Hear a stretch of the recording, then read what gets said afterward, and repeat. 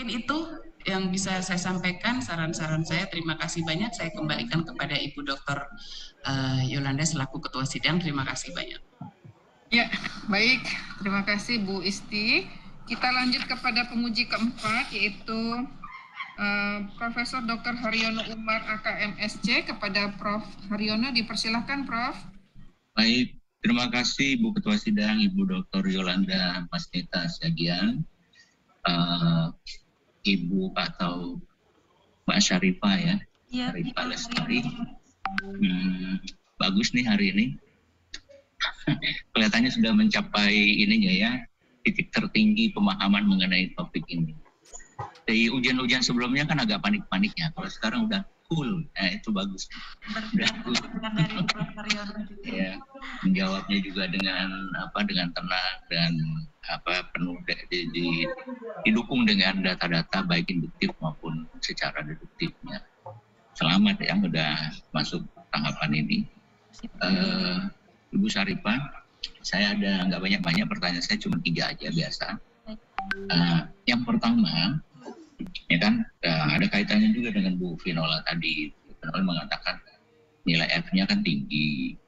Nah, kalau Ibu melihat di sini ya dari halaman 185, 186 sampai 187 ya, ternyata kan memang model Ibu ini kan bisa memprediksi dan memang ininya amat sangat dekat dengan faktanya, ya kan?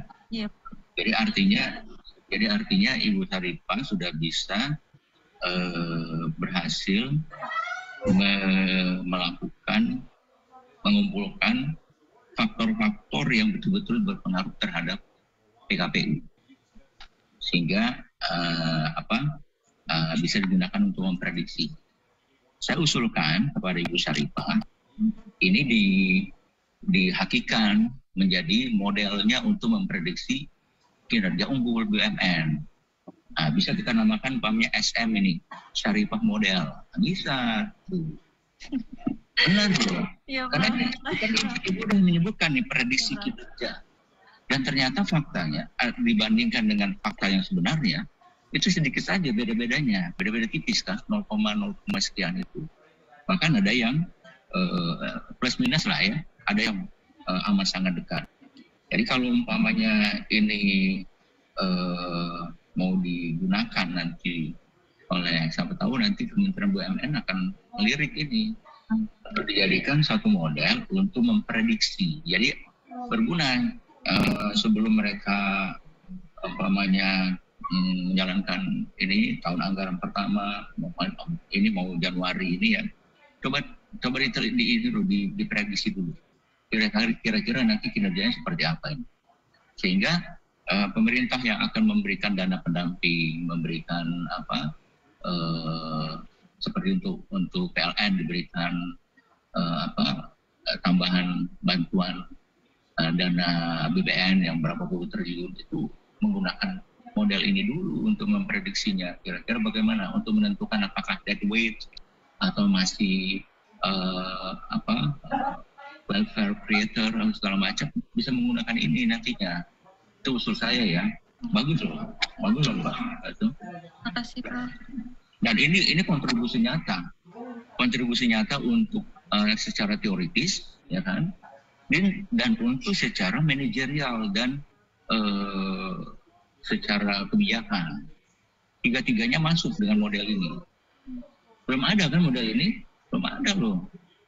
Nah, nanti coba kalau umpamanya mau lebih perdalam silakan. Tetapi ini kalau menurut saya sudah cukup ini untuk dipergunakan oleh BUMN kita yang agak spesifik ini. Sangat spesifik BUMN kita itu. Dia yang pertama ya.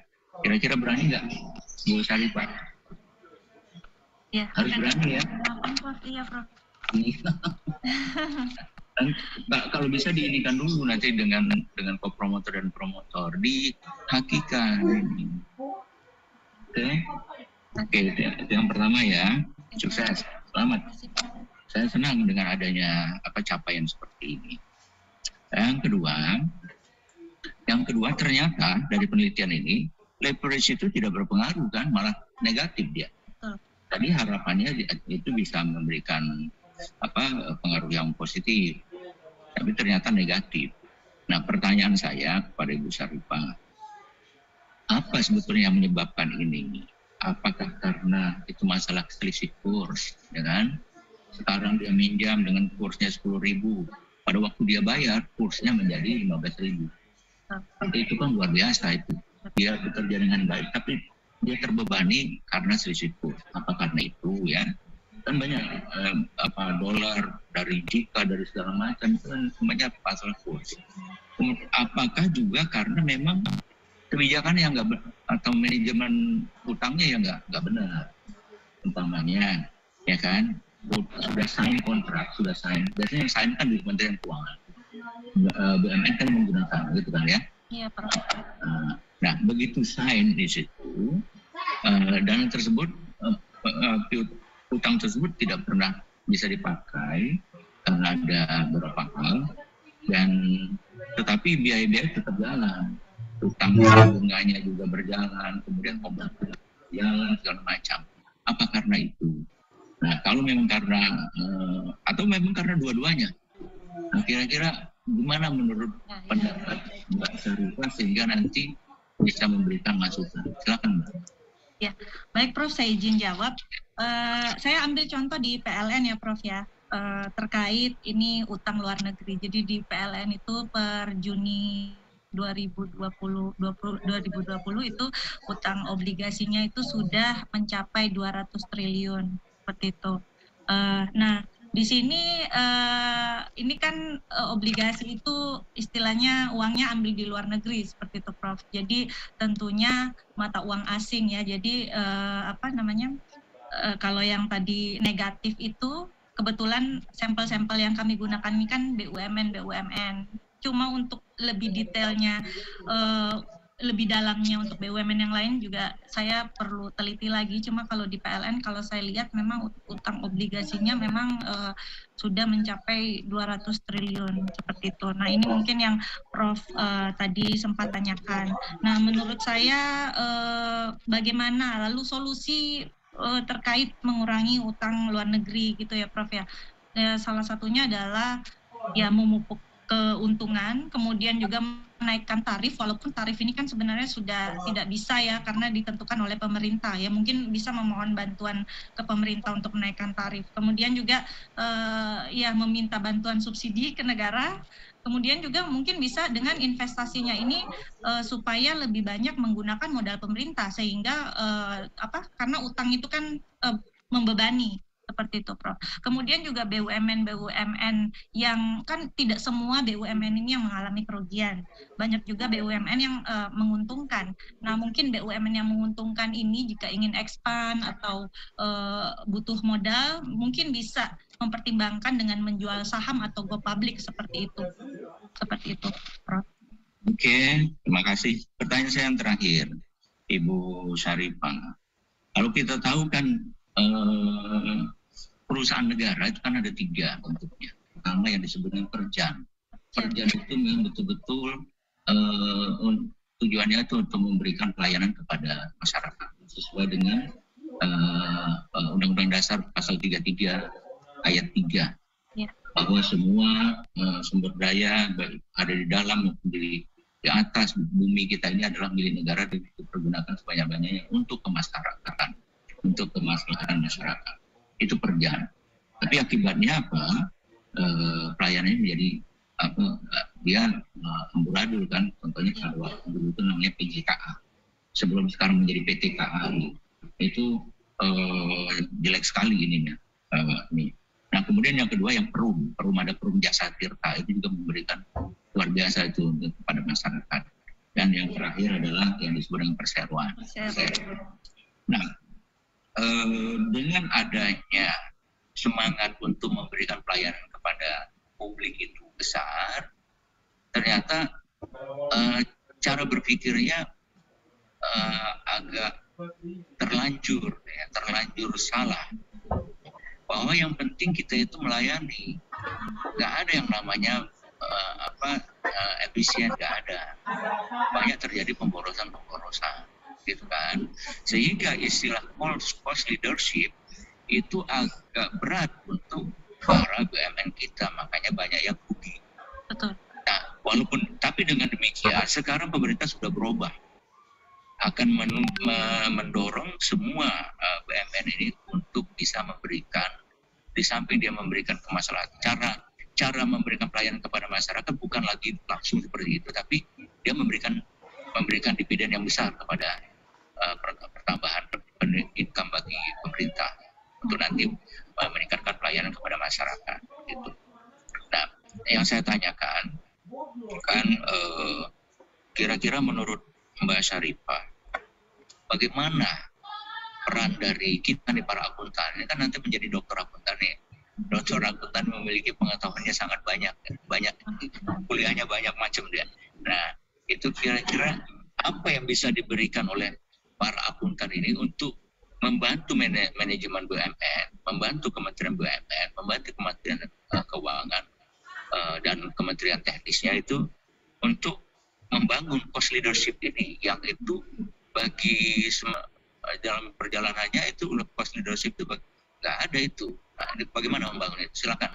Oke, baik. Jadi kontribusi akuntan seperti itu ya, Prof, agar BUMN tidak merugi. Nah, salah satunya di PLN, ini juga di anak perusahaan di PJB juga tempat saya kerja juga kita sudah penerapan balance scorecard. Nah, ini juga bagian dari mengikuti kinerja keuangan di situ, artinya adalah membalance orientasi konsumen, orientasi keuangan, orientasi pasar, kemudian juga orientasi sistem. Nah, di sini PLN itu perspektif keuangannya bagus, pemasarannya, SDM, sistem juga bagus. Kemudian juga agar tidak merugi, tentunya harus melakukan inovasi. Gitu, jadi teknologi itu penting ya, karena dalam melakukan inovasi itu pastinya cost juga bisa berdampak pada berkurangnya cost atau biaya-biaya. Kemudian juga dilakukannya efisiensi di dalam internal proses bisnis. Kemudian tadi mengutip yang disampaikan Prof. Haryono terkait BUMN yang 3 itu ya Prof ya, Perjan, kemudian Persero, kemudian Perum. Nah, setahu saya, kami juga sudah sampaikan di disertasi itu kami sudah state Undang-Undang Nomor 19 tahun 2003 bahwa BUMN itu terdiri dari 2, yaitu Persero yang mengejar keuntungan, kemudian meningkatkan nilai perusahaan, kemudian yang kedua adalah perusahaan umum atau Perum. Adalah tujuannya menjalankan usaha berdasarkan prinsip pengelolaan perusahaan yang sehat. Jadi tidak rugi gitu. Tetap mencari untung juga, namun tetap melayani masyarakat. Kemudian Perjan itu tujuannya hanya melayani masyarakat, jadi tidak berorientasi untuk mencari keuntungan. Nah, di sini kalau kami lihat idealnya, ini contoh cerita sedikit ya Prof ya.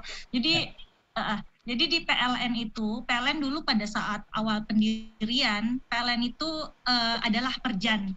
Jadi betul-betul didirikannya PLN itu bukan untuk mencari keuntungan, namun untuk melayani masyarakat. Kemudian status hukumnya berubah di tahun 1958, berubah menjadi perusahaan umum. Kemudian sudah sekaligus mencari keuntungan, namun juga tentunya melayani masyarakat. Kemudian di tahun 1994 akhirnya PLN sampai sekarang itu status hukumnya adalah Persero, yaitu mengejar keuntungan dan guna meningkatkan nilai perusahaan. Nah, di sini idealnya adalah perusahaan BUMN yang berubah status seperti PLN ini yang tadinya awalnya Perjan, yaitu tidak berorientasi untuk mencari keuntungan. Idealnya mereka harusnya bertransformasi, kemudian merubah melakukan banyak yang harus diubah gitu dari manajemennya, karena tadinya mereka tidak berorientasi mencari keuntungan, kemudian berubah menjadi Persero yang profit oriented gitu ya. Jadi idealnya memang harus dilakukan perubahan. Kemudian satu lagi, cost leadership ini Prof, walaupun BUMN yang tidak berorientasi untuk mencari keuntungan sebenarnya tetap harus dilakukan cost leadership ini. Kenapa? Karena untuk meminimumkan kerugian. Jadi walaupun tidak mencari keuntungan, tapi tetap cost leadership ini harus berjalan untuk meminimumkan kerugian, juga untuk meminimumkan subsidi seperti itu. Jadi supaya cost leadership-nya berjalan ini, maka kembali lagi perlu memperhatikan faktor-faktor kunci, faktor apa sajakah yang memang mempengaruhi cost leadership ini, seperti itu. Dan harapannya ya manajemen BUMN dan semua pihak yang terlibat itu aware dengan dan memperhatikan variabel kunci ini, karena itu memang terbukti memberikan pengaruh terhadap kinerja BUMN. Seperti itu, Prof. Bagaimana dengan korupsi? Kalau korupsi, mencegah korupsi ya, Prof ya. Saya ada satu, mungkin ini yang tadi dibahas juga sempat, yaitu praktek earning management. Ini sebagai akuntan ya, Prof ya, sebagai akuntan. Jadi praktek earning management ini harus dikurangi. Kenapa? Karena praktek earning management ini ada potensi memberikan laporan yang tidak sesuai. Jadi seperti tadi yang kita bahas, seharusnya rugi tapi dikatakan laba. Nah, itu juga sebenarnya termasuk dalam korupsi, Prof. Karena ya sebenarnya BUMN-nya tapi laporan keuangannya untung, laba. Seperti itu, Prof. Ya, baik, terima kasih, bagus sekali Ibu Syarifah. Korupsi kan menambah kos itu nantinya, iya, gitu ya. Ya, saya kembalikan ke Ibu Yolanda, silakan Bu Yolanda. Ya, terima kasih Prof. Kita lanjut kepada kopromotor Ibu Dr. Sekar Mayangsari AKC SMA. Silakan Bu.